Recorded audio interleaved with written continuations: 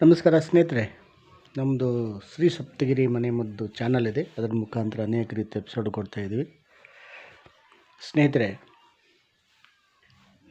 ನಮ್ಮ ಪ್ರಕೃತಿಯಲ್ಲಿರುವಂತಹ ಅನೇಕ ರೀತಿಯ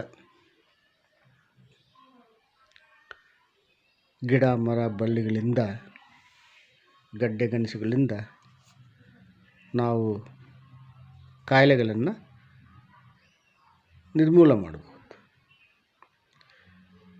ಈ ಕಾಯಿಲೆಗಳು ಬರುವುದು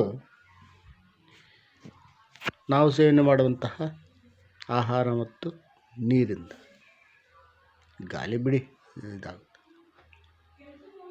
ಇವುಗಳಿಂದ ನಮಗೆ ಅನೇಕ ರೀತಿಯ ಕಾಯಿಲೆಗಳು ಬರ್ತವೆ.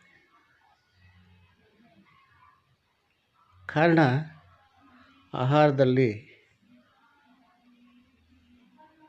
ಎಣ್ಣೆ, ಈ ಅಡುಗೆ ಎಣ್ಣೆ ಇದೆಯಲ್ಲ, ಅದರಿಂದ ಎಷ್ಟೋ ಕಾಯಿಲೆಗಳು ಬರ್ತವೆ.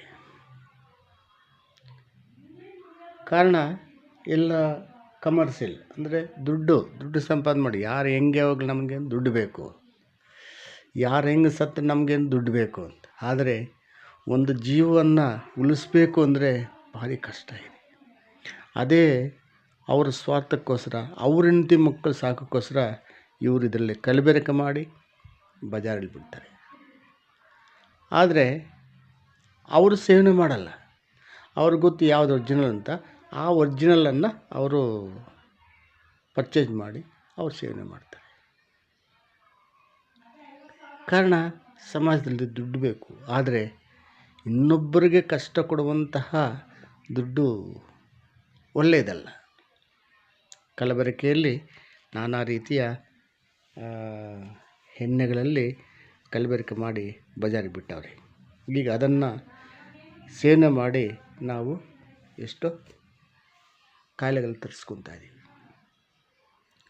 ಡಿಟಾಕ್ಸಿಫೈ ಅಂತ ಅಂದರೆ ನಮ್ಮ ದೇಹದಲ್ಲಿ ಕೆಲವು ಅವಯವಗಳನ್ನು ಕ್ಲೀನ್ ಮಾಡಿಕೊಳ್ಳೋದು, ಸ್ವಚ್ಛತೆ ಮಾಡಿಕೊಳ್ಳೋದು.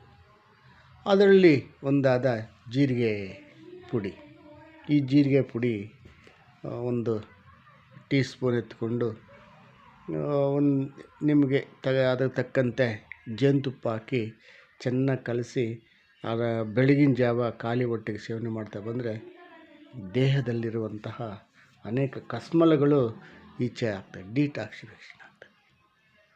ಈ ಕಸ್ಮಲಗಳು ಹೋದರೆ ನಮಗೆ ಎಷ್ಟೋ ಕಾಯಿಲೆಗಳು ಆಚೆ ಹೋಗ್ತವೆ. ಸ್ನೇಹಿತರೆ, ಜೀರಿಗೆ ಪುಡಿಯನ್ನು ಅಂದರೆ ಜೀರಿಗೆ ತಂದು ದ್ವಾರಗೊರೆಸಿ ನುಣ್ಣಗೆ ಚೂರ್ಣ ತಯಾರಿಸ್ಕೊಂಡು ಜೇನುತುಪ್ಪದಲ್ಲಿ ಸೇವನೆ ಮಾಡಿದ್ರೆ ನಮ್ಮ ದೇಹ ಸ್ವಚ್ಛತೆಯನ್ನು ಆಗುತ್ತೆ. ಇದು ಪ್ರತಿಯೊಬ್ಬರು ಮಾಡಿ 100 ವರ್ಷ ಕಾಲ ಬಾಳಿ. ನಮಸ್ಕಾರ. ಇದು ನೋಡಿ ಲೈಕ್ ಮಾಡಿ, ಶೇರ್ ಮಾಡಿ, ಸಬ್ಸ್ಕ್ರೈಬ್ ಮಾಡಿ, ಎಲ್ರಿಗೂ ಮುಟ್ಟಿ ಎಲ್ಲರೂ ನೋಡಿ. ನಮಸ್ಕಾರ ಸ್ನೇಹಿತರೆ.